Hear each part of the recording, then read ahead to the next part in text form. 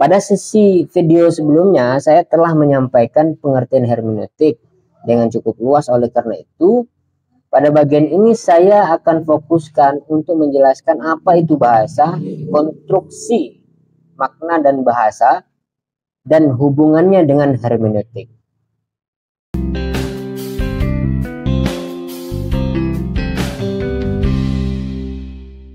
Kita langsung saja ya. Apa itu bahasa? Di dalam buku How to Do Things with Words karya John Langshaw Austin, ada kutipan yang menarik. Don't ask about the meaning, ask about the age. Kira-kira artinya begini. Jangan tanyakan tentang maknanya, tanyakan tentang perbuatannya.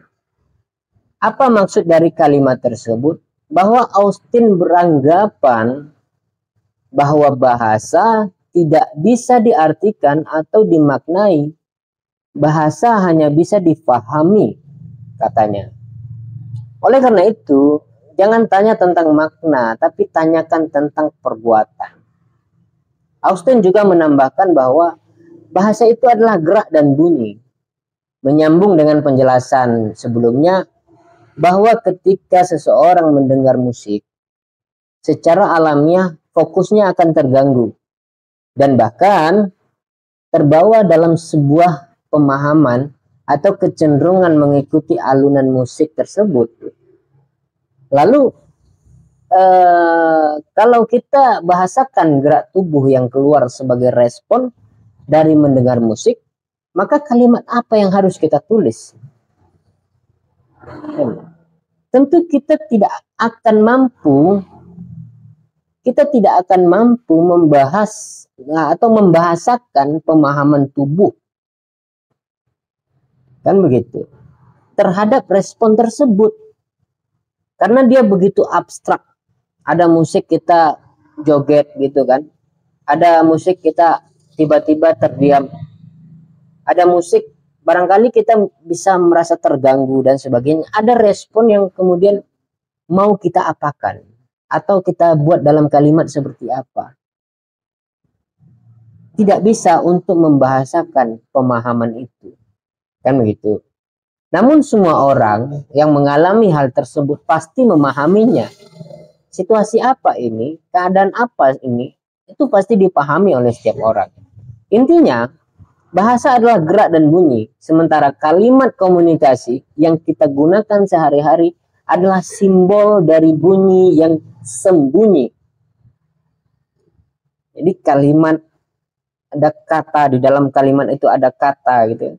Setiap kata dalam kalimat komunikasi adalah sampah dari pengertian manusia. Bagaimana maksudnya itu? Sampah pengertian. Saya kasih contoh begini. Kenapa kemudian kita berselisih tentang makna pada suatu kata? Misalnya kata cinta. Ada yang mengatakan bahwa cinta itu butuh pengorbanan. Ada yang mengatakan bahwa cinta itu bukan butuh pengorbanan, justru mengorbankan, menyerahkan diri.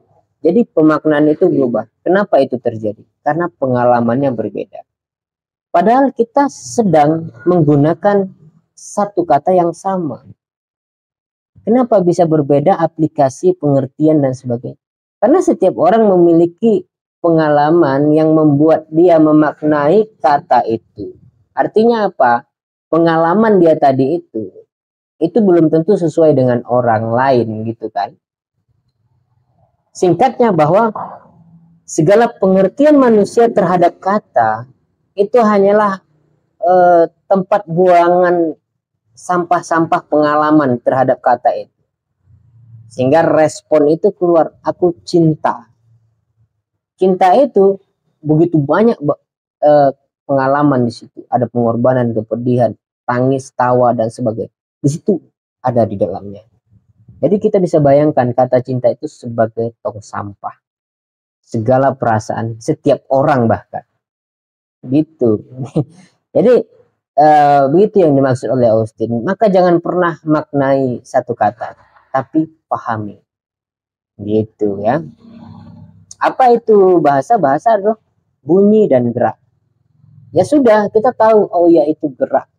Jangan dimaknai geraknya apa, tapi pahami. Oh iya itu bunyi.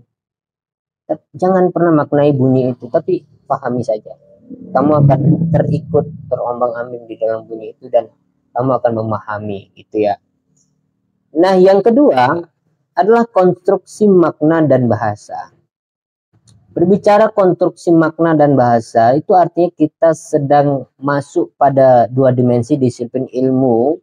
Pertama adalah linguistik filosofi dan kedua adalah semiotika. Makna dalam pengertian semiotik adalah simbol yang konkret.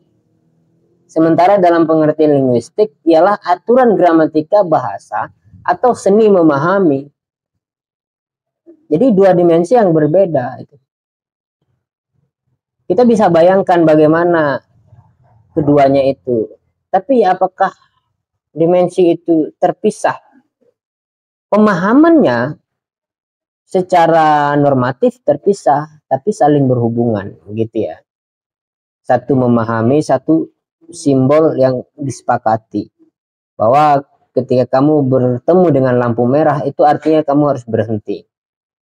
Karena lampu merah itu disepakati sebagai simbol berhenti di jalan raya, begitu ya. Tapi justru kalau kita berbicara semiotiknya, merah itu adalah pemberani. Seharusnya merah itu adalah maju, kan begitu kan. Jadi sudah beda lagi kalau kita bicara linguistiknya. Ada seni memahami. Marah adalah arti membara. Merah adalah membara. Merah adalah perlawanan dan sebagainya. Itu berbeda. Bisa kacau kita. Itu pentingnya semiotik. Tanda, penanda dan sebagainya berasal dari kesepakatan gitu ya. Terakhir, hubungan hermeneutik dan bahasa. Antara hermeneutik dan bahasa sangat erat hubungannya ya. Karena objek kajian hermeneutik itu sendiri kita ketahui adalah teks sebagai bagian dari bahasa. Teks itu bagian dari bahasa. Kenapa saya sebut sebagai bagian dari bahasa? Karena bahasa dalam pengertian yang kita bahas sebelumnya ialah gerak dan bunyi, sementara kalimat yang tersusun dari beberapa kata ialah kumpulan dari pemahaman manusia. Di dalam setiap kata terdapat historisitas. Historisitas itu adalah bahasa. Kemudian terdapat pengalaman psikologis. Pengalaman psikologis juga bahasa. Dan macam-macam gitu. Tugas dari hermeneutik ialah mengkonstruksi kemungkinan makna tersebut. Kenapa mengkonstruksi kemungkinan makna? Karena hermeneutik pada ujungnya adalah pengertian subjektif. Kan gitu ya. Dengan berbagai model pendekatannya gitu. Ada hermeneutik yang dengan pendekatan sosial historis seperti Dilthey, ada juga dengan metode psikologis penutur atau pengarang seperti Schleiermacher. Keduanya berupaya mereproduksi makna. Ada pula yang model dekonstruksi makna atau menangguhkan makna itu sendiri seperti Derrida.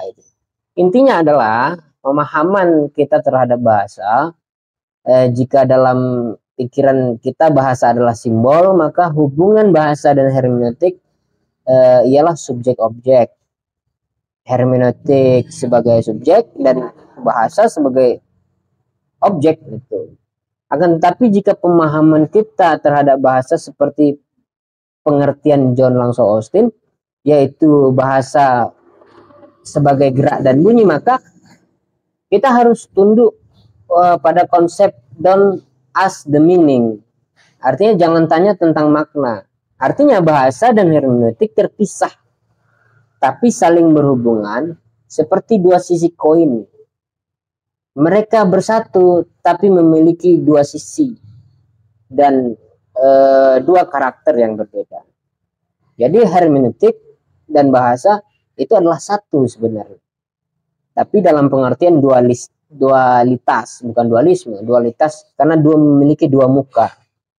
Gitu ya, memiliki dua muka, dua sisi, dua karakter yang berbeda. Tapi sebenarnya mereka adalah satu. Begitu kira-kira hubungan antara bahasa dan hermeneutik. Terima kasih. Mungkin jika ada yang perlu kita diskusikan bisa di kolom komentar. Begitu ya.